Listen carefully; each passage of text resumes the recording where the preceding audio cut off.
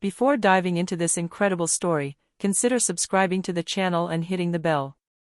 Every story here has something to say, and you won't want to miss a single one. Has Washington, D.C., a city known for its powerful institutions but also for its underlying racial tensions. Marcus Reynolds, a respected and discreet FBI agent, had just finished an important meeting at FBI headquarters. A black man in his 30s, Marcus had risen through the ranks through intelligence, discipline, and integrity, but he knew that his skin color still imposed a different view on him from some colleagues and especially from the local police. That morning, as he walked down a busy street, Agent Local Jake Thompson, known for his arrogance and racial prejudice, spotted him. Without good reason, Thompson suspected Marcus of being a thief because of his elegant attire and focused expression. He roughly immobilized Marcus. "Drop your wallet and phone," Thompson ordered, unaware that in front of him stood an authorized and armed federal agent. Confused and shocked, Marcus calmly protested, "I'm an FBI agent. I can show you my ID." But Thompson, imbued with his power, would hear nothing of it. Not only did he handcuff Marcus, but he also stole his wallet, thinking that this would prove his suspicions.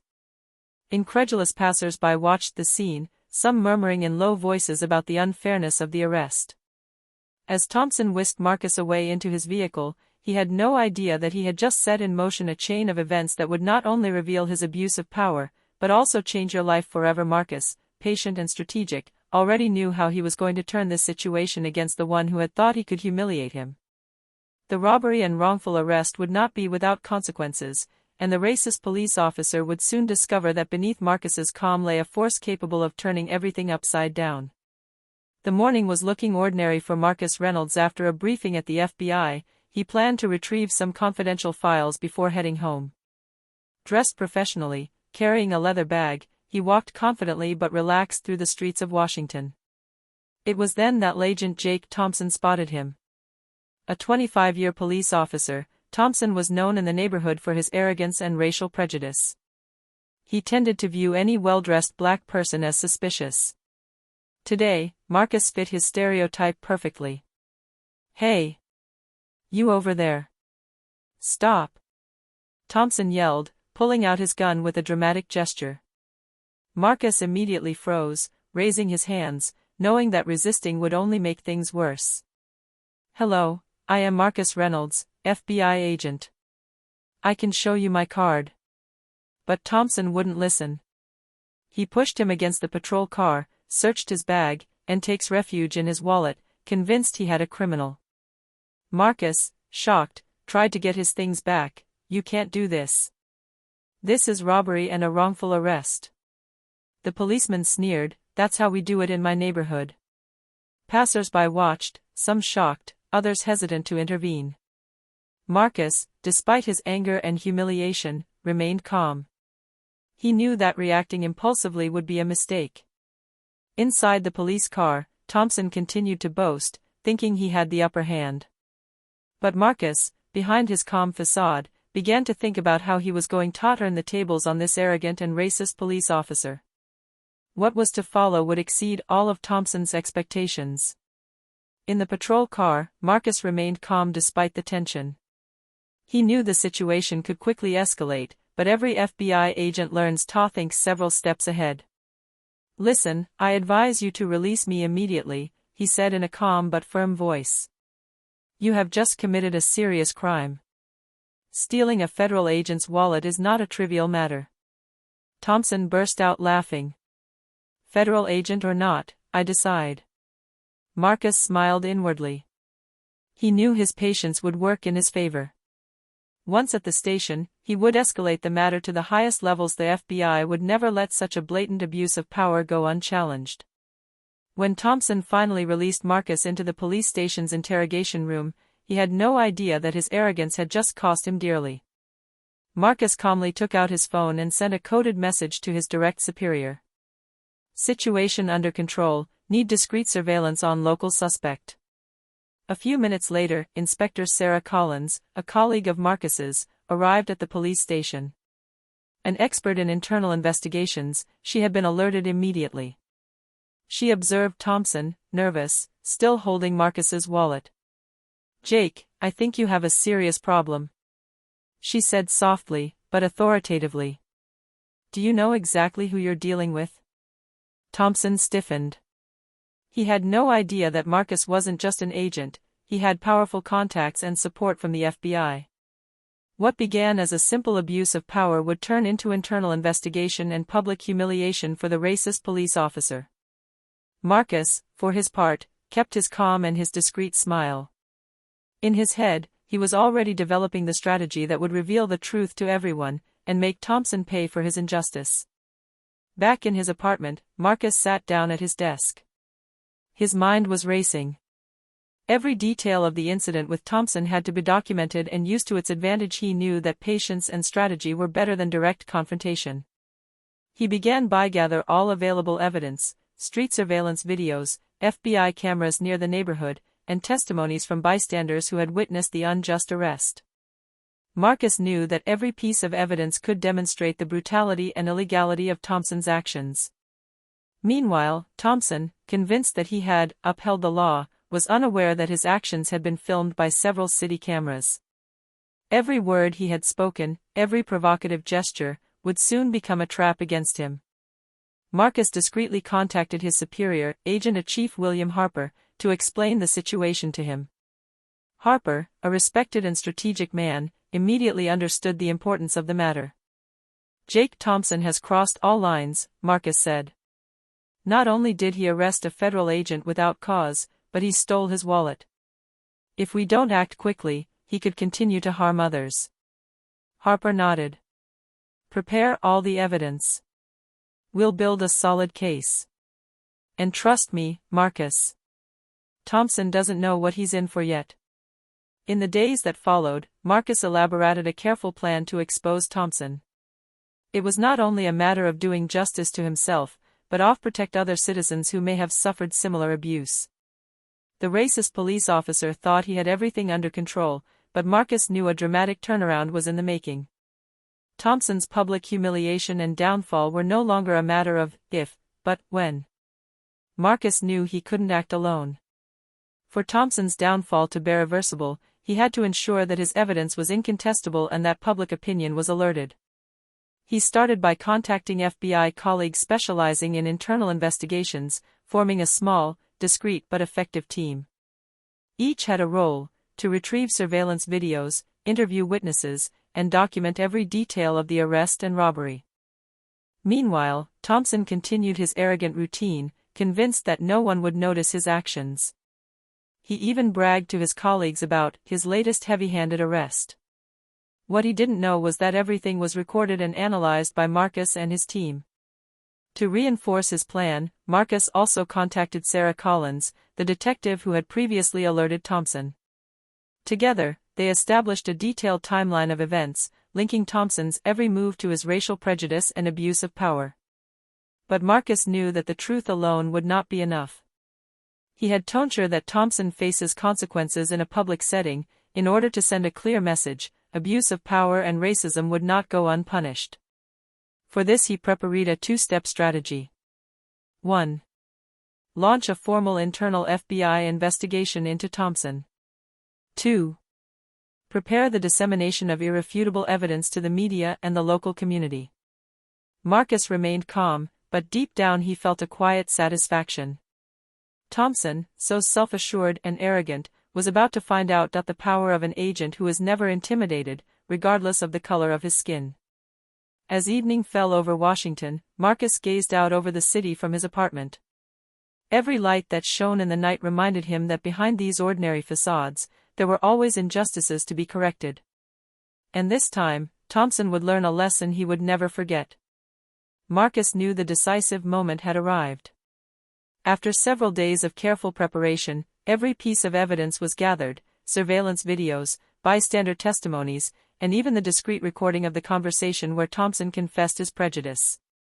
He made an appointment with Agent-in-Chief William Harper and the internal investigation team for present the complete file. The tension in the room was palpable. Harper looked at Marcus seriously. "Marcus, if this is true, Thompson won't be able to get out of this." Marcus nodded, calm but determined. "It's all true, boss. And we have the evidence to prove it to any authority, even the media. The next step was media alert, but in a strategic way. Marcus wanted the story to be factually disseminated, without sensationalism, so that the public would understand the blatant injustice. He contacted a trusted journalist, Laura Simmons, who had already covered police corruption cases. Laura listened attentively as Marcus laid out the facts. She took careful notes, convinced that this affair would cause a real scandal. The next day, Thompson showed up at the station as if nothing had happened. But he immediately sensed that something had changed: lingering stares, whispers about the internal investigation, and a phone constantly buzzing with anonymous messages. Marcus, however, remained calm and collected. In his head, he went over each step of his plan. He knew that Thompson's public humiliation and punishment were now inevitable. The key moment was approaching. Thompson would soon discover that beneath his arrogance and blind confidence lay a calculating intelligence capable of defeating him at his own game. In the following days, Thompson's life became a silent hell. Colleagues who had previously admired or ignored him began to look at his actions with suspicion. Even his superiors received detailed reports on his behavior, compiled by Marcus and his team. Marcus, for his part, remained invisible, orchestrating every move with precision. He knew Thompson would react under pressure and reveal his true intentions. Then came the decisive moment. Marcus decided to involve the media. With Laura Simmons, they prepared a factual but relentless report. The street images, the testimonies of passers-by and the audio recording of Thompson were professionally edited, highlighting racism and abuse of police power. The broadcast was scheduled for a Monday morning, when audience attention would be at its peak. Thompson, unaware of this strategy, continued with his daily routine, confident that everything would be forgotten. But by the time the report was made, his phone was buzzing. Messages, calls, social media notifications, everywhere, his name was linked to an accusation of theft and wrongful arrest. His colleagues at the police station were now eyeing him with suspicion. Marcus, staring at his computer screen from his apartment, felt a satisfying calm wash over him. Every step of his plan was working perfectly. Thompson, arrogant and racist, was going to suffer the public and professional consequences of his actions. The racist police officer was beginning to understand, but it was already too late. Every move he made from now on would be observed and analyzed, and Marcus had prepared an additional trap to ensure that justice is complete. After the report aired, Thompson felt for the first time the real fear. The constant calls, messages, and stares from his colleagues began to wear him down. His superiors demanded accountability, and even some police officers he thought were allies were distancing themselves. Marcus, invisible behind his plan, watched every reaction with satisfaction. He knew that Thompson's fear and arrogance would betray him. To speed up the process, Marcus called on legal contacts within the FBI. A formal charge sheet was filed against Thompson for abuse of power and theft. Every element was well documented: videos, testimonies, and audio evidence. This time, Thompson would not be able to hide behind his uniform. Thompson, feeling his career was in jeopardy, tried to downplay the situation. He made a few clumsy statements at the police station, trying to explain his behavior as a simple mistake. But every word he said was recorded and strengthened the evidence of his guilt. Marcus knew there was no point in confronting Thompson directly at this point. The police officer was trapped in his own arrogance and in the net Marcus had carefully woven. Every move he made now served Marcus's interests. Meanwhile, the local community began to mobilize. Citizens had seen the report and were demanding justice. Social media amplified the case, making it impossible for Thompson to hide. Public humiliation became inevitable. Marcus, patient and methodical, was already preparing for the final stage, the moment when Thompson would face justice and public opinion, unable to defend himself. He knew that the fall of the racist policeman was going to be complete, and that justice would finally be done, not only for him, but for all of Thompson's victims. On Monday morning, Thompson walked into the police station with the impression that everything would be under control. Little did he know that the whole country would soon know his behavior. At lunchtime, Laura Simmons' report was broadcast on local channels and shared widely on social media. The images showed Thompson arresting Marcus for no reason, handcuffing him, and stealing his wallet, accompanied by the testimonies of passers-by who had witnessed the scene. The video quickly went viral. Thompson's colleagues now viewed him with suspicion and disdain. Even his immediate superior, who had often covered for him, officially demanded an explanation. Thompson tried to justify himself, but every word he uttered strengthened public opinion against him. Marcus, for his part, remained calm and discreet. He knew that the impact of the case depended not only on the release of the video, but also on how Thompson reacted. And the police officer was quick to reveal his true face under pressure: arrogance, anger, and clumsy attempts to defend oneself. Citizen groups, outraged by the injustice, organized rallies outside the police station, demanding Thompson's immediate suspension. Local media followed closely, amplifying the racist officer's humiliation. At this point, Marcus knew that the first part of his plan had worked perfectly. Social and professional justice had allied itself with truth and proof. Thompson, unable to defend himself, now suffered the consequences of his actions in front of the entire city. But Marcus wasn't planning on stopping there. He was already preparing the phase finale, the one that would definitively seal Thompson's fate and send a clear message: no one can abuse their power with impunity, especially when motivated by racial hatred. Days after the report aired, the consequences for Thompson became irreversible. The internal investigation conducted by the FBI and corroborated by Marcus had revealed an accumulation of damning evidence: abuse of power, wrongful arrest, and theft. At a disciplinary hearing at the police station, Thompson confronted Marcus and the internal investigation team. Videos, testimonies, and documents were presented one by one. Each piece of evidence shed light on the seriousness of his actions and his obvious racism. "You are suspended with immediate effect and we recommend your dismissal," announced the head of the disciplinary department. Thompson, unable to formulate a convincing defense, remained silent, shame and anger mingling on his face. At the same time, Marcus received messages of support from his colleagues and the community. His calm, patience, and strategy had not only helped protect one's reputation, but also offend the abuse of a racist police officer. Outside, the city symbolically celebrated the victory of justice. Citizen rallies and social media posts helped send a clear message: no abuse of power would go unpunished, especially when motivated by racial discrimination. Marcus, though pleased with the resolution of the case, remained humble. He knew that vigilance must remain constant. But for now, the arrogant and racist police officer had paid for his actions, and justice had triumphed. A few weeks after Thompson's fall, Marcus's life returned to normal, but with a sense of quiet and lasting victory. He had not only defended his honor, but also helped put an end to a systematic abuse of power. The media had continued to follow the case, showing how a black federal agent had faced injustice with intelligence and patience.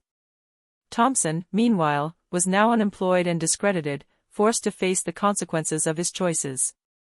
Marcus received letters and messages from grateful citizens, testifying that his courage and strategy had inspired others not to be intimidated by racism or abuse of power. Back home, Marcus gazed out at his city from his apartment window. The light of the setting sun illuminated the FBI buildings and surrounding institutions. In that moment of calm, he realized that true strength lay in patience, intelligence, and integrity, and not in brutal confrontation. He smiled, thinking about the lesson he'd just taught Thompson: arrogance and racism never triumph when confronted with truth and justice. Marcus knew he'd remain vigilant, but for now, victory was complete. The city had witnessed a clear example: justice could prevail, even against those who believed themselves to be above the law. And Marcus Reynolds, through his patience and courage, had proven that integrity and resilience could change lives, and inspire an entire community.